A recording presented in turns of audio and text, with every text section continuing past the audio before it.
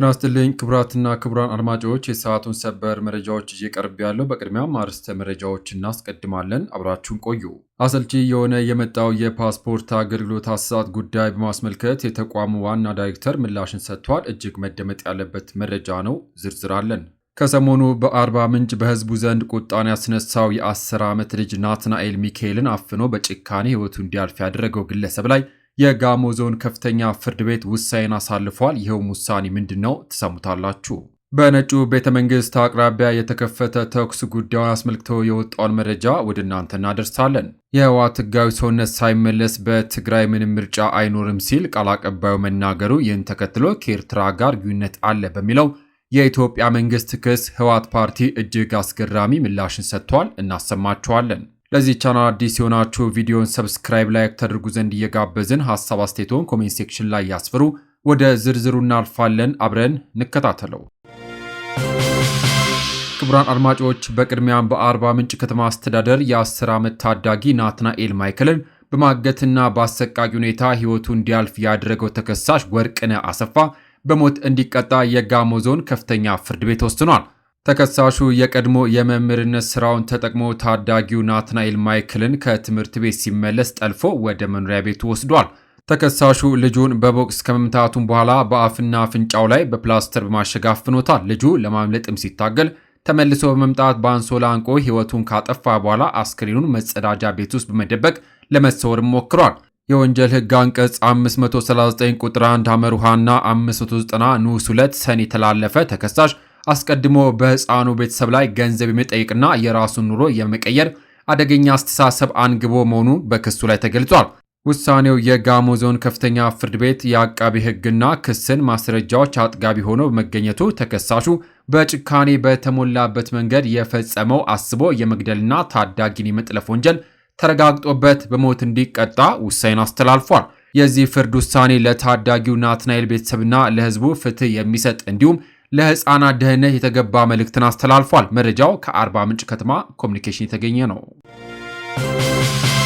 አሰልቺ የሆነ የመጣው የፓስፖርት አገልግሎት አሰጣጥ ጉዳይ ለ30 ቀናት ይሰጥ የነበረው ቀጠሮ ተቋርጧል። በአንድ ወር ቀጠሮ ይሰጥ የነበረው የፓስፖርት አገልግሎት መቋረጥ ቅሬታንም ፈጥሯል። ቀኑ ሲረዝም ብሩ ግን አልቀነሰም። የኢሚግሬሽንና ዜግነት አገልግሎት ከሚያቀርባቸው የፓስፖርት አሰጣጥ አገልግሎቶች አንዱ የሆነው በአንድ ወር ቀጠሮ ለዜጎች ይሰጥ የነበረው ፓስፖርት አቅርቦት የጊዜ ገደብና ሁኔታው በግልጽ ባልታወቀ ምክንያት መቋረጡ ቅሬታን ፈጥሯል። ሪፖርተር ያነጋገራቸውና ስማቸው እንዳይገለጽ የጠየቁ አንድ ተገልጋይ ለራሳቸውና ለቤተሰቦቻቸው አገልግሎቱን ለማግኘት ባለፈው ሳምንት የመጀመሪያ የሥራ ቀናት ወደ አገልግሎቱ ዋና መስሪያ ቤት ጎተራ አካባቢ በሄዱበትም ወቅት በአንድ ወር ቀጠሮ በ5000 ብር ክፍያ ሲሰጥ የቆየው የፓስፖርት አቅርቦት አገልግሎት ለጊዜው መቋረጡ እንደተነገራቸው ገልጿል።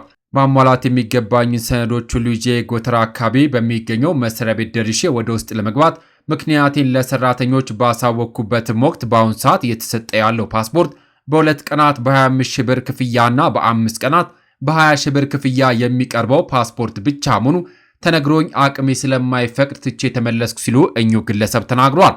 የተቋሙ ዋና ዳይሬክተር ወይዘሮ ሰላማዊት በሰጡት ምላሽ የሲስተም ሽግግር ላይ ሆነን ነው፣ በአጭር ጊዜ ይስተካከላል ሲሉ እንደነገሩት ሪፖርተር በዘገባው አካቷል።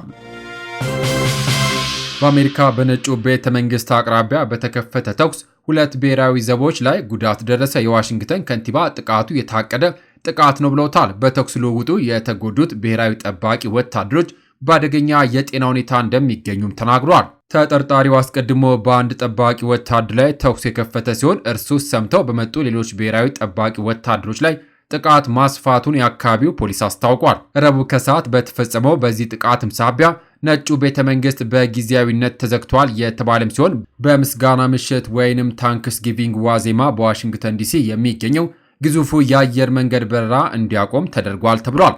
በአደጋው ወቅት በፍሎሪዳ ግዛት የነበሩት የአሜሪካው ፕሬዝዳንት ዶናልድ ትራምፕ ጥቃቱን የፈጸመው ግለሰብ ማንም ይሁን እያንዳንዱ ሂሳብ ይወራረዳል ብሏል። ቢቢሲና ሲቢኤስ የተሰኙ መገናኛ ብዙሃን ደርሶኛል ባሉት መረጃ በአውሮፓውያኑ 2021 ወደ አሜሪካ የገባውን ራህማኑላ ላካንዋል የተሰኘ አፍጋኒስታዊ ግለሰብ አሜሪካ ለጥቃቱ ተጠርጣሪ አድርገዋለችም ብሏል። ዶናልድ ትራምፕ ጥቃቱን የፈጸመው እንስሳ ዋጋውን መክፈሉ ባይቀርም ለብሔራዊ ጠባቂዎቻችን ደህንነት ወደ ፈጣሪያችን እንጸልይ ሲሉ በትሩዝ ገጻቸው መልእክት አጋርተዋል። ዘገባው የሮይተርስና የቢቢሲ ነው። በብሔራዊ ምርጫ ቦርድ ከህጋዊ የፖለቲካ ፓርቲነት የተሰረዘው ህወሓት በህገወጥ መንገድ እገዳ እንደተጣለበት ገልጾ በቀጣይም እሱን የማያካትት ምርጫ ለማካሄድ እቅድ አለ ሲል ከሰሰ። የህወሓት ቃል አቀባይ አቶ ሚካኤል አስግዶም በሰጡት መግለጫ ላይ ህወሓትን በህገወጥ መንገድ የማገድና በትግራይ ህገወጥ ምርጫ የማካሄድ አዝማሚያ አለ ብለው ሁኔታውን የዘፈቀደ ውሳኔ ሲሉም ጠርተውታል።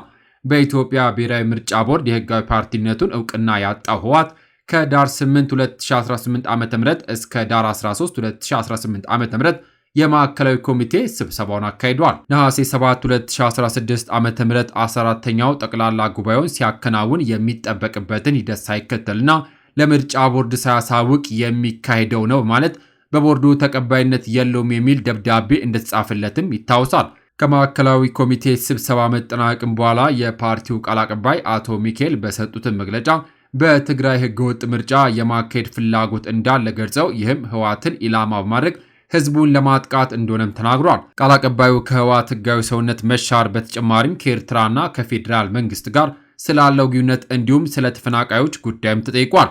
በ14ኛው የህወሓት ጠቅላላ ጉባኤ ላይ የተላለፈ ውሳኔዎች ትግበራ በማዕከላዊ ኮሚቴ መገምገማቸውን አቶ ሚካኤል ገልጿል። ከከፍተኛ የፓርቲ አመራሮችና ከአባላቱ እንዲሁም ከብሔራዊ ምርጫ ቦርድ ተገቢው ሂደት የተከተለ አይደለም የተባለው የህወሓት 14ኛ ጉባኤ አወዛጋቢ እንደነበረም ይታወሳል። ጉባኤው በህወሓት ሊቀመንበርና በምክትሉ በሚመሩ የድርጅቱ አባላት መካከል ክፍፍልን ፈጥሮ ነበር። የህወሓት ጠቅላላ ጉባኤ መካሄድ መጀመሩን ተከትሎ የቀድሞ የመንግስት ኮሚኒኬሽን ጉዳዮች ጽህፈት ቤት ሚኒስትር ዶክተር ለገሰ ቱሉ የ2 ዓመቱን ጦርነት ያስቆመውን የፕሪቶሪያ ስምምነትን የሚጥስ ነው ማለታቸውም አይዘነጋም። በ14ኛው አወዛጋቢ ጉባኤ ላይ በወቅቱ የድርጅቱ ምክትል ሊቀመንበር የነበሩት አቶ ጌታቸው ረዳን ጨምሮ 17 የማዕከላዊ ኮሚቴ አባላት የድርጅቱ ቁጥጥር ኮሚሽን፣ አብዛኞቹ የደቡብና የደቡብ ምስራቅ ትግራይ ወረዳዎች እንዲሁም የመቀለ ከተማ ክፍለ ከተሞች አልተሳተፉም። በወቅቱ አቶ ጌታቸው ባወጡት መግለጫ ጉባኤው ትግራይና ህዝቡን አደጋ ውስጥ ከመክተት የዘለለ እርባና የለውም ብለው ነበር። ከፕሪቶሪያው ስምምነት በኋላ ከአሸባሪነት መዝገብ የወጣው ህወሓት ከህጋዊ ፓርቲነት ምዝገባ ተሰርዟል። ከትግራይ ኃይሎች ተነጥለው የመጡትና በተለምዶ ሐራ መሬት ወይም ደግሞ ነፃ መሬት ተብለው የሚጠሩ ታጣቂዎች በህወሓት ኃይሎች ላይ ጥቃት ሰንዝረዋል በሚልም መክሰሳቸው ይታወሳል። እነዚህ ታጣቂዎች በዶክተር ደብረጽዮን ገብረ ሚካኤል የሚመራው የህወሓት ክንፍና ድርጅቱን የሚደግፉ የትግራይ ኃይሎች አዛዦች ከስልጣን ለማስወገድ ወደ አፋር ክልል ሄደው መደራጀታቸውን ይናገራሉ። ትግራይ ክልል ከአፋር ክልል ጋር በሚያዋስንባቸው አካባቢዎች እንደሚንቀሳቀሱ ከሚነገርላቸው ታጣቂዎች ጀርባ ያለው የፌዴራል መንግስቱ ነው ሲሉ ህወሓት መክሰሱም አይዘነጋም። የህወሓት ማዕከላዊ ኮሚቴ ጉባኤ የተካሄደው በክልሉ ውጥረት በነገሰበትም ወቅት ነው። ባለፉት ወራት በትግራይ ኃይሎች በነፃ መሬት ታጣቂዎችና በፌዴራል መንግስቱ ኃይሎች መካከል ዳግም ትግራይ ውስጥ ግጭት ሊቀሰቀስ ይችላል የሚል ስጋትም ተፈጥሯል። ጥቅምት 2018 ዓ.ም ላይ የአፋር ክልል መጋሌ ወረዳ ዋና አስተዳዳሪ የትግራይ ኃይሎች በወረዳው ቶንሳ ቀበሌ ላይ በከፈቱት ጥቃት ወደ 15 ኪሎ ሜትር ዘልቀው መግባታቸውና 6 መንደሮችን መቆጣጠራቸውን ተናግሯል። ከፕሪቶሪያው ስምምነት በኋላ ህወሓት የፈጸማቸው ድርጊቶች ወደ ጦርነት ለመግባት ከበቂ በላይ ምክንያቶች ናቸው ሲሉ የኢትዮጵያ ጦር ኃይሎች ጠቅላይ ኤታማዦር ሹም ፊልድ ማርሻል ብርሃኑ ጁላ መናገራቸውም ይታወሳል። ከምዕራብ ትግራይ የተፈናቀሉ ወደ 1 ሚሊዮን የሚጠጉ ሰዎች ለ5 ዓመታት በመጠለያ ለመኖር ተገደዋል። ያለ ሰብአዊ እርዳታ በችግር ላይ መሆናቸው መግለጽ ወደ ቀያቸው ለመመለስ የሚጠይቅ ሰላማዊ ሰልፍ ማድረጋቸውም ይታወሳል። በፕሪቶሪያ ስምምነት መሰረት ተፈናቃዮች ወደ ቀያቸው መመለስ ነበረባቸው። ሆኖም ግን የትግራይ ክልል ጊዜያዊ አስተዳደርና የፌዴራል መንግስትም ለተፈናቃዮች አለመመለስ እንዲሁም ለፕሪቶሪያ ስምምነት አለመከበር አንዳቸው ሌላቸውን ተጠያቂ ሲያደርጉም ቆይቷል። ህወሓት በምዕራብ ትግራይ ያሉ ታጣቂዎች እንዲሁም አዲስ ሰፋሪዎች እንዲወጡና የራሱን አስተዳደራዊ መዋቅር እንዲዘረጋም ጠይቋል። ጠቅላይ ሚኒስትር ዶክተር አብይ አህመድን በበኩላቸው ለተፈናቃዮች ወደ ቀያቸው አለመመለስ ህወሓትን ተጠያቂ አድርገው በትግራይ ክልል ያሉ ተፈናቃዮች ራያ ላይ እንደመለስ ነው፣ ጸለምት ላይ እንደመለስ ነው፣ ወልቃይት ላይም መመለስ አለበት፣ ይህ የመንግስት ጽኑ አቋም ነው ሲሉ በሕዝብ ተወካዮች ምክር ቤት ተናግረዋል። የህወሓት ቃል አቀባይ አቶ ሚካኤል ተፈናቃዮቹ ወደ ቀያቸው ለመመለስ እየሞከሩ ነው፣ መማረራቸው እውነት ነው፣ እየኖሩበት ያለው ሰቆቃ ግልጽ ነው፣ ከቤት ንብረታቸው እየተፈናቀሉ ናቸው፣ ያፈናቀሏቸው ሰዎች አሁንም እዚያው ናቸው ሲሉ ለቢሲ ትግረኛ ምላሽን ሰጥተዋል። በሺዎች የሚቆጠሩ ተፈናቃዮች በመቀለ ከተማ ያደረጉትን ሰላማዊ ሰልፍን ተከትሎ አቶ ጌታቸው ጊዜያዊ አስተዳደሩ ፕሬዝዳንት ሳሉ በጦርነት ምክንያት ተፈናቅለው በችግር ላይ ባሉ ሰዎች ሁኔታ ውስጥ የክልሉ ጊዜያዊ አስተዳደር አንዱ ተጠያቂ መሆኑን ተናግሯል።